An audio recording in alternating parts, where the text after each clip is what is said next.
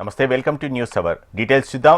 నగరంలో రోడ్డు దాటాలంటే భయపడుతున్నారు పాదచారులు. జాతీయ రహదారులపైనే కాదు, నగర రహదారులపై కూడా రోడ్డు దాటాలంటే యముడికి ఆహ్వానం పలికినట్టే అంటున్నారు పాదచారులు. చాలా ప్రాంతాల్లో పాదచారుల కోసం కనీసం పైవంతెనలు, అండర్ పాస్లో ఊసేలేదు. సామాన్యులు రోడ్డు దాటాలంటే భయంతోనే చచ్చిపోతున్నారు. పనులకు, కళాశాలలకు, ఇతర అవసరాల కోసం వెళ్లే తొందరలో వాహనాల కింద పడి నలిగిపోతున్నారు. వాహనాలు మితిమీరిన వేగంతో వెళ్తున్న నియంత్రణకు చర్యలు లేవు.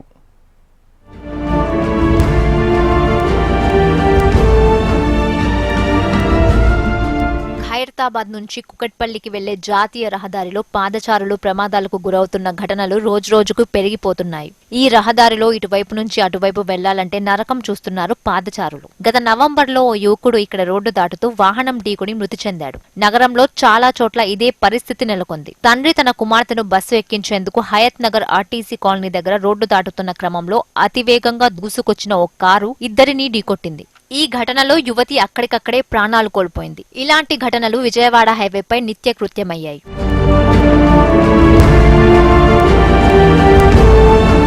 వరంగల్ హైవే పీర్జాదిగూడ వెళ్లే రహదారి దగ్గర ఉండే బస్ స్టాప్ లో దిగిన ప్రయాణికులు అవతలి వైపు వెళ్లాలంటే సర్కస్ ఫీట్లు చేయాల్సిందే అంటున్నారు నగరవాసులు. పావుగంట వేచి చూసినా రోడ్డు దాటాలంటే గగనమే అవుతుంది. నగరంలో విజయవాడ జాతీయ రహదారి నిత్యం రక్తసిక్తం అవుతోంది. ఎల్బీ నగర్ నుంచి హయత్ నగర్ వరకు ఫుట్ ఓవర్ బ్రిడ్జ్లు లేవు. దీంతో విద్యార్థులు, ఉద్యోగులు రోడ్డు దాటుతూ వాహనాల చక్రాల కింద నలిగిపోతున్నారు. భయంగా రోడ్డు దాటాల్సి వస్తుందని, ఏ వాహనం వచ్చి ఢీకొడుతుందో అని ప్రాణాలను అరచేతిలో పెట్టుకుని రోడ్డు దాటాల్సిన పరిస్థితి నెలకొందని పాదచారులు ఆవేదన వ్యక్తం చేస్తున్నారు. Panama, Bhagyalatha colony, Hayathnagar bus stop, ORR తదితర ప్రాంతాల్లో సిగ్నల్ ఏర్పాటు చేయాలని నగరవాసులు కోరుతున్నారు. ఈ ఫుట్ ఓవర్ బ్రిడ్జ్ స్టార్ట్ చేశారు, ఓకే, సంతోషమే, కానీ అది ఎప్పుడు కంప్లీట్ అవుతుందో తెలియట్లేదు. ప్రోగ్రెసివ్గా ఉందని ఫాస్ట్గా ఎప్పుడు కంప్లీట్ చేస్తారు? ప్రయాణికులందరూ, పబ్లిక్ అందరూ ఇది అట్నుంచి ఇటు రోడ్డు దాటలేక చాలా ఇబ్బంది పాలవుతున్నారు. అందుకోసం సీఎం గారిని రిక్వెస్ట్ చేసేది ఏమిటంటే తొందరగా కంప్లీట్ చేసి పబ్లిక్కి అనుకూలంగా తొందరగా కంప్లీట్ చేయాలని నా విన్నపం. నిమ్స్ ఆసుపత్రి వద్ద సిగ్నల్ పడినా వాహనాలు ఆగట్లేదు.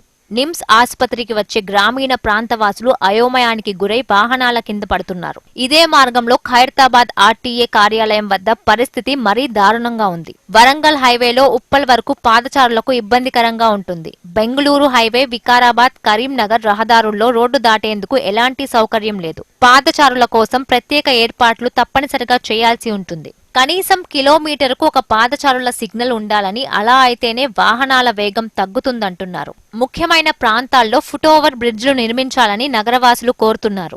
జాతీయ రహదారులపైనే కాదు, నగర రహదారులపైన రోడ్డు దాటాలంటే పాదచారులు ప్రాణాలు అరచేతిలో పెట్టుకుని దాటాల్సిన పరిస్థితి నెలకొంది. రోజురోజుకి పాదచారుల ప్రమాదాలు పెరిగిపోతున్నాయి. కానీ అధికారులు మాత్రం తమకు ఏమీ పట్టనట్టుగా వ్యవహరిస్తున్నారు. ఇప్పటికైనా పాదచారుల భద్రతపై దృష్టి పెట్టాలని నగరవాసులు కోరుతున్నారు. జాతీయ రహదారులపైనే కాదు, నగర రహదారులపైన కూడా రోడ్డు దాటాలంటే పాదచారులు ప్రాణాలు అరచేతులు పెట్టుకొని దాటాల్సిన పరిస్థితి.